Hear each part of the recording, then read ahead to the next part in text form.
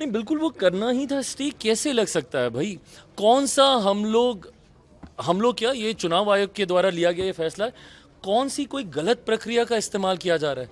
ये प्रक्रिया हमारे देश में इससे पहले भी 4 बार हो चुकी है, और पिछली 4 बार में और इस बार में कतई कोई फर्क नहीं है।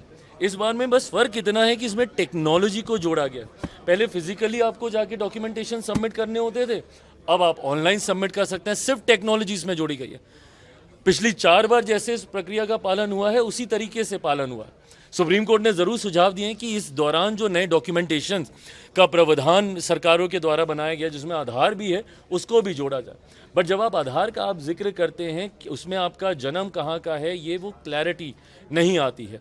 तो इसीलिए, बट उसके बाद भी अगर किसी की चिंता है तो भैया 3-3 स्तर पे अपील करने का भी प्रावधान है। और मुझे तकलीफ इस बात की होती है कि इन एंटीसिपेशन आप मान लेते हैं, इतना इन्होंने शोर हल्ला कर दिया, विपक्ष ने एक सबूत दिया क्यों नहीं दिया? एक प्रूफ दिखाते कि ये गलत हुआ है या इसका नाम गलत तरीके से काटा गया है। इतने लाख नाम कट रहे हैं, उतने लाख नाम कट रहे हैं। कटेंगे भैया, जो नाम गलत हैं वो कटेंगे। But at the same time इस बात को भी सुनिश्चित किया जाएगा कि मेरे देश के किसी नागरिक के साथ कतई कोई अन्याय ना हो। But at the same time कोई घुसपैठिया हमारे देश के सबसे बड़े अधिकारों में से एक मताधिकार का गलत उपयोग ना कर पाए, इस बात को भी सुनिश्चित किया जाएगा। और किसके कहने पे ये प्रक्रिया आजमाई जा रही है? क्या ये बात सही नहीं है कि विपक्ष के ही लोग हर चुनाव के बाद जाते थे चुनाव आयोग का दरवाजा खटखटाने? लोकसभा के बाद गए, अभी तक ये लोग हम लोग को सुनाते हैं कि भैया बम्बई वाला महाराष्ट्र वाला चुनाव हम लोगों ने वोटर लिस्ट में धांधली करके हम लोग जीते हैं। महाराष्ट्र झारखंड एक साथ होता है। महाराष्ट्र हम जीत जाएं तो वोटर लिस्ट गलत, झारखंड आप जीत जाएं तो वोटर लिस्ट सही। एक ही समय पे एक ही स्तर के 2 मापदंड कैसे हो जाते हैं, मेरी समझ के परे। हकीकत यह है कि इनको अपनी हार दिख रही है। आने वाले दिनों में जो अलग अलग राज्यों में चुनाव हो रहे हैं, उसका बहाना तैयार किया जा रहा है। इससे पहले बहाना ईवीएम था, अब ईवीएम ठीक हो गए। When was the last time कि हम लोगों ने कभी सुना था कि ईवीएम में धांधली हुई है? अब वोटर लिस्ट में धांधली हो रही है।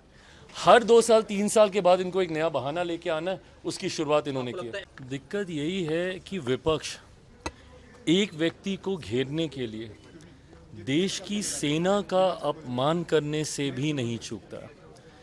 ये सरकार के द्वारा किया गया कार्य नहीं है, ये देश की सेना की उपलब्धि है। ऑपरेशन सिंदूर देश का कोई मंत्री या हम लोग नहीं गए थे, जिनको आप टारगेट करने की सोच के साथ इस पूरे ऑपरेशन पे आप क्वेश्चन मार्क लगा रहे हैं। ये देश की सेना का पराक्रम है, ये देश की सेना की सफलता है। ऑफ कोर्स मैं इसका श्रेय मेरे प्रधानमंत्री को भी दूंगा, क्योंकि वो इच्छा शक्ति भी ज़रूरी है इतने बड़े फैसले की अनुमति देने की। पर उसके बाद हम लोगों ने जो हासिल किया, आप सोच रहे हैं इसके पीछे कितनी बड़ी सोच गई है। ये नाम ही ऑपरेशन सिंदूर, क्योंकि जिस तरीके से उन महिलाओं के सुहाग को उजाड़ा गया, और महिला बोल रही है कि फिर मुझे भी मार दो, पर नहीं, तुम जाओ जाके बताओ, उनके सामने उनकी मांग को उजाड़ा गया। हम लोगों ने हर स्तर पर इसकी गंभीरता का, इसकी सेंसिटिविटी का हम लोगों ने ध्यान रखने का हमने काम किया। पर दिक्कत यही है, विपक्ष को सिर्फ प्रधानमंत्री मोदी को घेरने के लिए आप पूरे ऑपरेशन पे ही क्वेश्चन मार्क लगा देते हैं। आप तो यहाँ तक भी कह देते हैं कि भैया क्या आतंकवादी बाहर से आए थे कि अपने देश के ही आतंकवादी हैं, ये भी पता कर लो। किस तरीके की ये सोच है? आज अगर हम लोग इतने सशक्त हुए हैं कि सामने वाले को उसकी भाषा में हम लोग जवाब दे रहे हैं, जहाँ सामने वाला गिड़गिड़ाता है कि भैया अब हम लोग मध्यस्थता हम लोग कर लेते हैं, सीज फायर की ओर हम लोग अग्रसर होते हैं।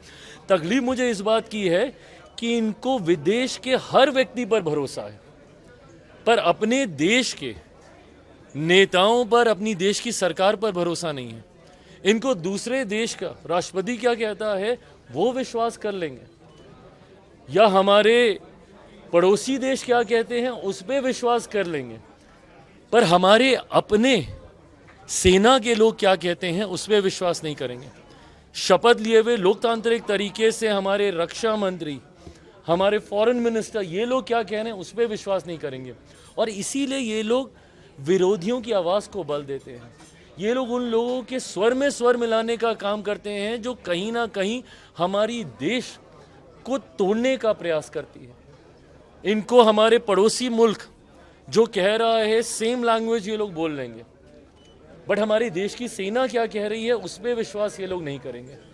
तो ऐसे में हर चीज़ का राजनीतिकीकरण करना उचित नहीं है। आज ही देख लीजिए भैया, आप लोग बार बार मांग कर रहे थे स्पेशल सेशन बुला लो, ऑपरेशन सिंदूर पे चर्चा कर लो, ये कर लो, वो कर लो। आज जब बुलाए तो क्या किया आपने? फिर हंगामा किया, दो बार सदन को स्थगित होना पड़ा।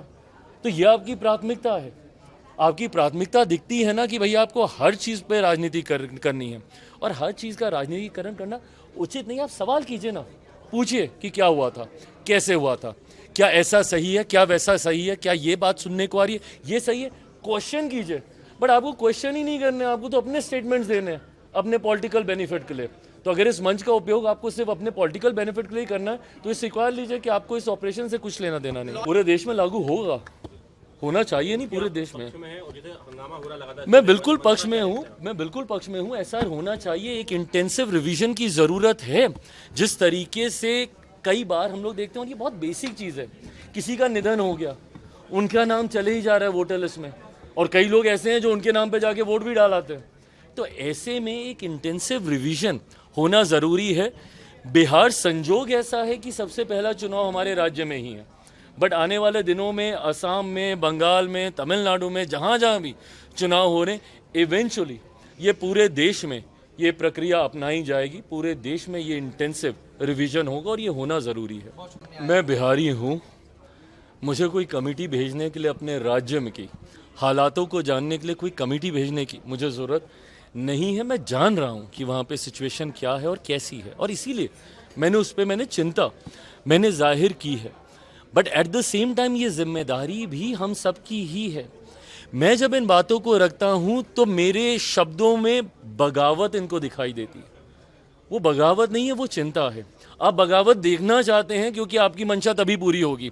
इनको बहुत अच्छा लगेगा विपक्ष को कि एनडीए स्प्लिट हो जाए, एनडीए के घटक दल अलग हो जाए, क्योंकि अपनी ताकत से तो ये जीत सकते नहीं, सामने वाले को कमज़ोर करके ही ये जीत सकते हैं। तो इनको मेरे स्वर में, और मेरा इतिहास भी रहा है, 2020 में मैंने अकेले चुनाव लड़ा था, तो इनको लगता है कि उस वक्त हो गया तो शायद इस बार भी हो जाएगा। ऑफ अ विनिंग कॉम्बिनेशन और एक बहुत मजबूत गठबंधन का हम लोग हिस्सा हैं। और मुझे कितनी बार और दोहराना पड़ेगा मेरा समर्पण मेरे प्रधानमंत्री के लिए, मेरा प्यार मेरे प्रधानमंत्री के लिए। मैंने हमेशा इस बात को, बिल्कुल मुख्यमंत्री जी के नेतृत्व में ये चुनाव लड़ेंगे। चुनाव परिणामों के बाद एक बार फिर जब बिहार में एनडीए की सरकार बनेगी, तो एक बार फिर मुख्यमंत्री पद की शपथ मौजूदा मुख्यमंत्री नीतीश कुमार जी ही लेंगे। ऐसे ही खबरों के लिए सुदामा न्यूज को लाइक और फॉलो करना ना भूलें।